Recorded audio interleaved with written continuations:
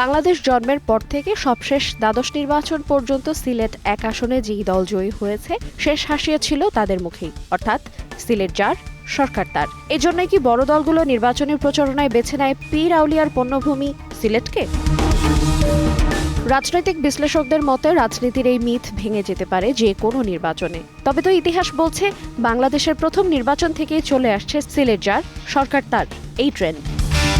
ইতিহাসে সিলেটের ব্যালট 1973 সাল বাংলাদেশের প্রথম নির্বাচন। সিলেট একের সেই ব্যালট যুদ্ধে জয় পেয়েছিলেন আব্দুল হাকিম চৌধুরী, আর সরকার গঠন করেছিল তার দল আওয়ামী লীগ। 1979 সাল বাংলাদেশের দ্বিতীয় নির্বাচন।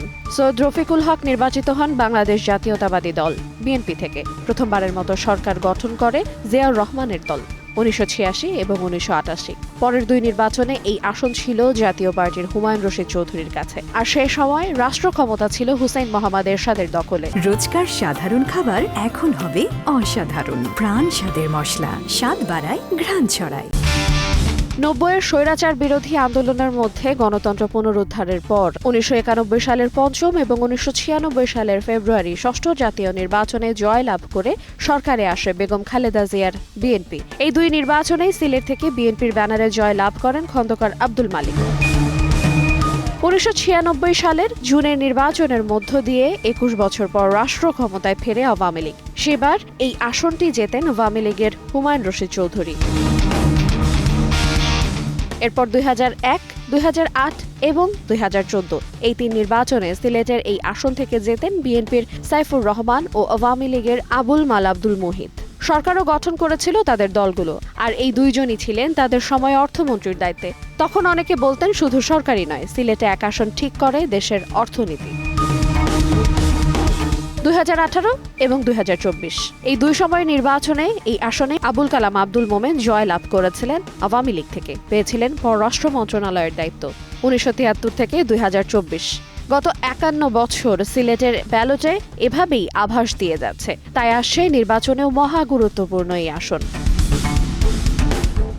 মিথ বাস্তবতার রাজনীতি। 360 আউলিয়ার পণ্যভূমি সিলেট থেকে প্রচারণা শুরু করলে নির্বাচনে বিজয়ী হওয়ার সম্ভাবনা বাড়ে বড় রাজনৈতিক দলগুলোর। 1991 সালের নির্বাচন থেকে গত কয়েক দশক ধরেই মেনে চলছে এই মিথ। এই জয়যাত্রার আভাস নাকি মেলে সিলেটের জনসভায় মানুষের বিপুল উপস্থিতি থেকে, যা পরে দেশ জুড়ে একটি ইতিবাচক রাজনৈতিক আবহ তৈরিতেও কাজ করে। আসন্ন ত্রয়োদশ জাতীয় সংসদ নির্বাচনে সিলেট থেকেই ধানের শীষের পক্ষে প্রচারণা শুরু করলেন বিএনপি চেয়ারম্যান তারেক রহমান। জিয়াউর রহমান ও খালেদা জিয়ার ঐতিহ্য ধরে রেখে 22 জানুয়ারি বিএনপি চেয়ারম্যান তারেক রহমানও তার প্রথম নির্বাচনী প্রচারণা শুরু করলেন সিলেট আলিয়া মাদ্রাসা মাঠে জনসভার মধ্য দিয়ে। এর আগে 21 জানুয়ারি রাতে হযরত শাহজালাল ও হযরত শাহপরানের মাজার জিয়ারত করেন বিএনপি চেয়ারম্যান। এর মানে সিলেট যার সরকার তার, এই মিথ থেকে সরেনি বিএনপি।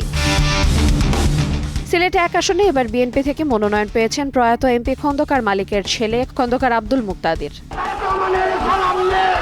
ঐতিহাসিক সত্য হোক কিংবা রাজনীতির মিথ হোক, যতদিন এই ট্রেন্ড না ভাঙছে ততদিন বলতেই হচ্ছে বাংলাদেশের জাতীয় নির্বাচনে সিলেট এক যার শেষ হাসি তার।